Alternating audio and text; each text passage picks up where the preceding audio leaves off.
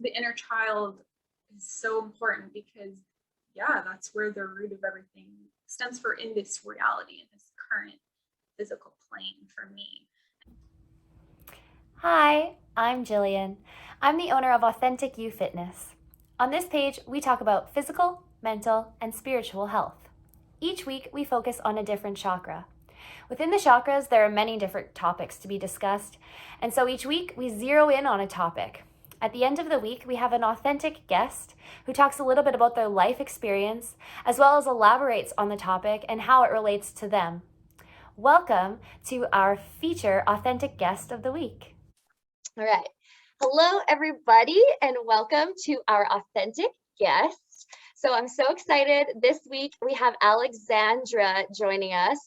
I met Alexandra years ago now, only ever once in person, but we've stayed in touch through social media and more recently through some dream weaving connecting groups, and we've developed a bond. So I'm really excited to have her here. Alexandra is a healer and she's focused on healing Indigenous trauma. She works closely with children. And so I thought that she would be a great person to have to talk about inner child, which is our topic for the heart chakra this week. The first meditation that I did with Alexandra, I felt her heart so strong. I could like feel it through time and space. And so I know she's got like this giant heart. So I'm so excited to kind of crack in and dig a little bit and get her to share from her heart space. So with all that being said, Alexandra, are you able to tell us a little bit about who you are and how you became the woman that you are today? Oh gosh.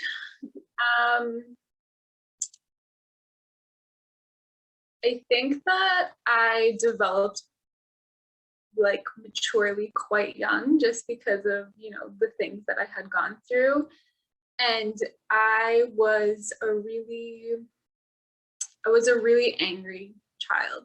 Like I didn't have the safe space to properly express myself. And I went through a lot of darkness, and that translated into my teen years and into my young 20s. And there just came a point where I had enough because, like many Indigenous people, I use alcohol to cope. And that started very young. Like I think I first started drinking when I was like 14 or 15. And that didn't stop until my young 20s. And I just eventually sort of had my own awakening where I didn't like to feel that way anymore. I didn't like the person who I was. I didn't like who the person I was when I was under the influence, and that hurt a lot of people. I've always used my tongue as a sort of defense mechanism, like ever since I was a little girl. And I didn't like who I was. So that I quit drinking, and I just, began to heal myself through like, gosh, that was so long ago. I don't even remember how it started, but stopping drinking was the turning point for me, because it was a form of self-sabotage and also a way of, dealing with my emotions. And so I had to begin to face some of the things that I was burying. And it's just been a journey ever since. But ironically enough, I was thinking the other day that, spirituality has always been a part of who I am. And I have like Muhammad to thank for that. But yeah, so that's me. I don't know.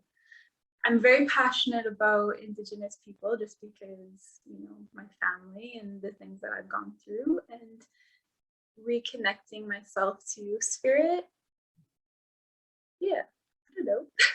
That's awesome. No, you're doing good. That's awesome. I totally relate to you on the alcohol side of things. And I think also the reason why it can get us kind of in so much trouble is when you do have that trauma that you haven't exactly resolved, it all comes to the surface when you're drinking. And although you're kind of numbing parts of you, it gives the opportunity for your shadow to kind of like show through and show kind of the worst parts of us. But the parts that need the love and attention. Well, the thing with alcohol is that what people don't like to talk about is that it feels good, right? It feels good until it doesn't. So when you're a child, when you're 14 or 15, and I've had pain since as young as I can remember, I will never forget that first moment where everything just dissolved, like alcohol takes away that pain, like you're burying it. So it's not healthy. It's, that's what makes it unhealthy. But no one talks about the part where it feels good. Like people drink for a reason, and it feels good until it doesn't. So when you're a child and you don't have, proper resources to learn coping or to process your emotions or to express your anger. Indigenous people have a lot of anger. My family specifically has a lot of anger. We literally call it the McDonald temper. Like it's generational, it's intergenerational, it's ancestral. So when you don't have the resources to deal with that, and you take your first sip and all of a sudden everything's light and groovy and you want to dance, like hell yeah. But over time, like you said, it brings out your shadows, like it brings out your demons, it brings out the darkness, and then you have to try and process that while under the influence. And then it's just a repeating cycle, because you numb the pain, you become sober, and all that pain is still there. So what do you do to, like, if you don't know how to cope with it, you're just going to do the same thing, and that's where cycles repeat. Totally. And that's where comes in too, because like no one likes to talk about it, but there's a reason why people do drugs. There's a reason why people do substances, because there is an element that feels good about it. So it all comes down to not having, proper resources, proper understanding of how to cope, especially in children. Totally. Well, I totally agree with you about like the feeling good, because when you get to escape somewhat to this other realm where you're not sober, like inside of us all, we know that like we're supposed to feel good. We know that like love is the core, like our deep down at our very core, we know that. So when you drink and do those things, it allows you to kind of go there falsely.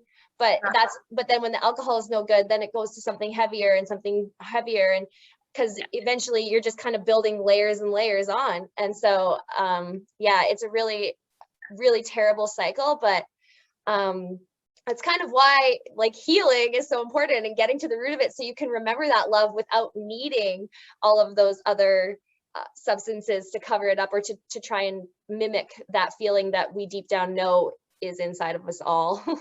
And so inner child work is important for that, because when we were kids, we didn't, it's kind of before things got, as you grow, that's when the trauma starts happening to you, and that's when you start to build these walls and create these shadows and these holes and all these things in your ego self, like who you are in this lifetime, and past generations and stuff as well. So how do you connect with your inner child now? And do you have any tips for anyone else who might be interested in trying to do this for healing? Yes, I think inner child work is so important. For me, a big thing that I realized, so as you heal, as you begin to heal, you will notice organically that the more you show up in the world as your authentic self, you're gonna see the comparison to as your little true baby self, and you're just gonna naturally see it, like, oh my God, this is what I loved when I was little, or this is something that I loved when I was little. This is who I was when I was little. Because as we grow, and especially in teenage years and young 20s, we're constantly taking in new realities and kind of like trying to find our space in the world. So once you get to this point where you are healed, you're going to naturally see the comparisons. So for me, I started to pick up on that, and I started to pick up on the synchronicities. So then I made conscious efforts to connect with my inner child through things that I just naturally loved. And that includes being in nature.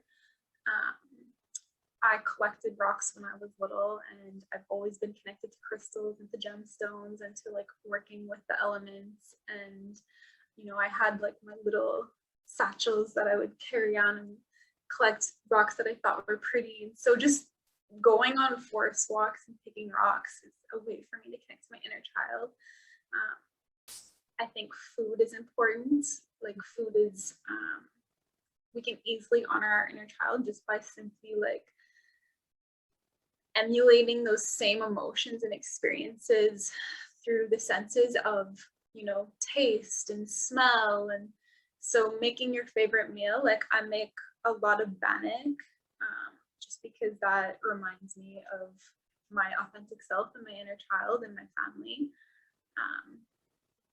So food, TV shows, something as little as like now that Disney Plus came out, I think lots of people were healing their inner child without even realizing it. You know, watching our old favorite Disney movies, watching our old favorite Disney Channel shows, that's a good way. Yeah, but everyone's uniquely different. So I think those, you know, so like the rock picking for me, that's something very specific to me and to my inner child. But everyone's gonna have their niche and their thing. And I think if you know what that is, then just making the efforts to connect with that is going to be so healing. But to go a little more deeper into the shadow work of inner child healing, I think is recognizing like what your inner child needed that they didn't receive as a child, whether that be love or just unconditional love. Yeah, I mean, it's going to be very variable depending on your trauma and like what had happened, but to go into the more shadow side would to be really like figuring out what your child needed and then giving that. So for me, lots of validation that I'm worthy, that I'm beautiful for who I am on the inside. So you can do it, yeah, kind of like on those, just through connection and then going a little deeper and starting to tackle the things that your inner child didn't receive and just, you know, showing up, kind of reparenting yourself. I think that's a popular term that I'm starting to hear, is reparenting yourself. Totally. Yeah, I think you touched on some really good points there, like almost maybe starting with more of the fun, playful things just to kind of get comfortable being with that energy, and then maybe diving a little deeper and looking into some of those parts. Like I lately have really been enjoying the idea that, like, you know, that time is an illusion and that we can kind of go back to our inner child and like heal them back then in the present moment. And I also I collected rocks and I still collect crystals. And I just think that's so funny. Like thinking back, like, I'm like, oh my gosh, I used to always collect rocks. Like, of course I collect crystals. And same with like making potions, which is weird. But I think a lot of us, like in the bath, I was always mixing shampoo together and stuff. And now it's like, you know, you mix your oils with your salts, and it's kind of similar. And yeah, and like songs, I love that you said taste and smell. Like my mom brought me a geranium the other day that my grandma had at her house, and I smelled it and I was like, oh my gosh, suddenly I'm at my grandma's house. So yeah, I think that's really cool that you said the senses, because I think that can be almost overlooked, but is so important. And then going into the shadow side of things, I think like just, yeah, you couldn't have said it better, how you just need to reparent and like kind of give that little you the energy and the attention that you would have maybe liked at that age. For me, I've always thought I was being perceived as the bad kid, and like all through my life I kind of carried that with me, like, well, I'm the bad one anyway, or well, you know, I'm a badass, so it doesn't matter. And like now it took me, all of a sudden there was like a clicking moment where I was like, no, I'm good. Like I want good things for people. Like I'm a good person. And it was like a lightning bolt, like a light bulb went off my head. But I think that's so important for us, because we carry these ideas that other people have placed on us into our adulthood, and like that's not even who we are at all at our core. Yeah, totally. Yeah, that's really, really cool. Great points. So I think maybe we could go a little deeper with the next question, but we'll see. So like, why do you think it's important to connect with your inner child, and how has this helped you with your own personal healing and then being reflected into your life and your work that you're currently doing now? It's a really good question.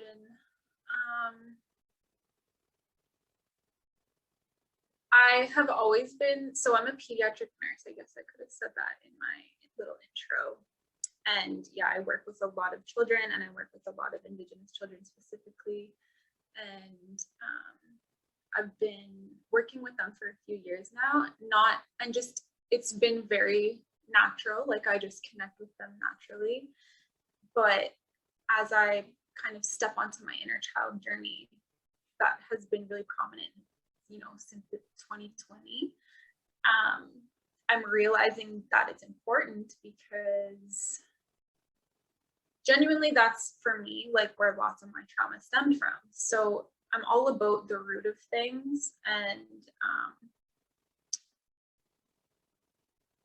for me, I had a lot of resentment. Like I said, I have a lot of anger in my family, and that's been very generational. So to be able to kind of like step outside the box and see things from a bigger perspective is really healing, because my inner child specifically didn't understand, right? So you're a child, you're having all of these horrible things happen to you, and you don't understand it. It's going to make you mad. So for me, healing that has been crucial, but it kind of is deeper than that, because that's where I started to pick up the layers of, intergenerations and ancestral. And it's like, how can I be mad at someone who didn't know better? Mm-hmm. Well, how can I be mad at my grandma because she didn't know better? How could I? And it just goes back and back and back and back. And ultimately, like, has stemmed from colonization. But like, it's just the inner child is so important, because yeah, that's where the root of everything stems for in this reality, in this current physical plane, for me and for many, like especially the Indigenous collective. And like you said, what were you just saying? Being the bad child. So I see that at work. Like I have an example of that I see before my eyes of, a young Indigenous boy. He's a very specific example, who is already at 4 years old was being deemed bad and like labeled bad just by nurses, by his peers, by everyone. Like a 4-year-old child. I've had this conversation with my mom multiple times, and I'm like, how do you think that's going to affect his psyche? Like, how do you think that's actually going to affect his psyche? He's going to grow up thinking that he's bad, when really all he needs is love, and immense love. At 4 years old, he has already suffered immense trauma as an Indigenous boy. And so it's just crucial for so many reasons. And I don't even know how to pinpoint it, but I think you can understand where I'm going with that. And like, yeah, it's just, for myself, that's where lots of healing comes from, because that's where I'm hurting the most. Completely. Well, and it's kind of interesting that you say that, because like with the heart chakra and the inner child, also a big component of the heart chakra is forgiveness. And as a child, when you, like, you're angry, like you said, and you're mad at your parents for not knowing how to do things better, but then, like you said, well, it's not their fault because they didn't know any better, and they didn't know any better, and it goes back. But right, as a child, rightly so, you don't get it, so you want someone to blame, or like to put that anger on. So a lot of it has, like, when you do dig deep and you kind of open up to some forgiveness, like forgive your parents for that, it takes a lot of awareness, but your heart instantly starts to expand, and you can start to see that in other people and kind of understand, okay, well, they were maybe raised in a way that also made them into this person. So it kind of allows you to see humans differently. And I think something like, I'm like, for you, why you're so important in this job that you have is because you can be that safe space and container for those kids, and you can show them that unconditional love that maybe they aren't receiving in other areas of their life, so they can see a reflection of themselves that they love, rather than being like, oh, I'm bad. It's like, oh, she sees that I'm good, and so then it allows them to believe that they're good. Yeah, that's awesome. Yeah. So yeah, I think you asked like how it's important for my work, and that's exactly it. Like I've had so many people tell me like, oh, you should adopt him because you're the only one he listens to. And I'm like, did they not realize that the only reason why he listens to me is because I show him unconditional love? Totally. Like, I'm not doing anything special other than loving him. Yeah. And working with children, it's super important to bring yourself to their level of awareness and their reality and their, like, just having that ability to bring yourself to how they're seeing the world is so important when you're working with children. And so inner child healing just kind of goes hand in hand with that. So for him, yeah, just like he's a very specific example just because you said the label bag, but like that's a really good example because my mom made the same comment that just one person to show him even at such a little age like that love does exist in the world is healing in itself. So. Absolutely. Yeah. And I also think it's so important and awesome that you've chosen to do this kind of work because like you said, it goes back generations all the way back to colonization, but a lot of these kids don't even know their heritage or like their spiritual connection to being Indigenous. And I think that it's really important for someone like yourself who's also Indigenous to be teaching them these things when they're that age so that they can grow up adopting those things and bringing it into the world. And I think that could make a huge change. Yeah, and for more of like our generation to step into these roles and see this and realize this and break the patterns, I think it's going to make big waves in the future. And yeah, it's like beautiful to think about, really. I love how the questions always flow. So if everyone took the time to connect with their inner child, how do you think that this would change the world? There would just be more love. There would be so much more love. Because when you think about people who are walking around unhealed, typically they're in their ego, right? We all know that our egos, and what formulates our ego, what constitutes our ego, what creates our ego, well, a lot of it is experience and individual experience and whatever that may be, positive or negative.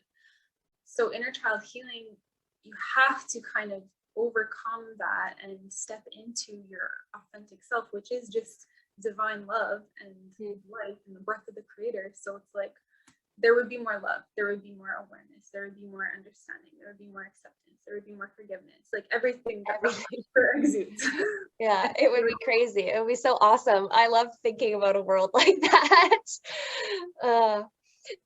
Okay, and then so my final question before we wrap it up is if you had a message that you could broadcast to the entire world right now, every person, what would that message be? That's a good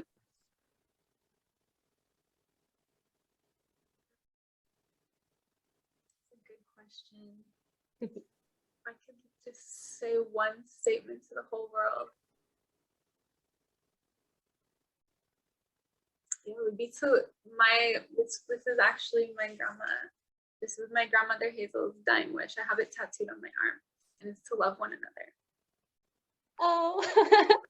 That's like the epitome of Indigenous teachings. No matter what happens, like just love one another. Oh, yes, I love it. Oh, I can feel you. This was so awesome. Amazing. Well, thank you so much for your time and for sharing your wisdom with us. I think that this went really well, and I'm super excited to share it and hopefully, plant some seeds and get some people inspired to dig down into their inner child and promote some healing so we can actually have some more love in the world. Makes the world so beautiful. We all just tapped into our true selves because we would all just love one another. Right? Oh, it would be amazing. Yes. Awesome. Okay. Well, thank you so much. I will close out the meeting now and have a great rest of your day.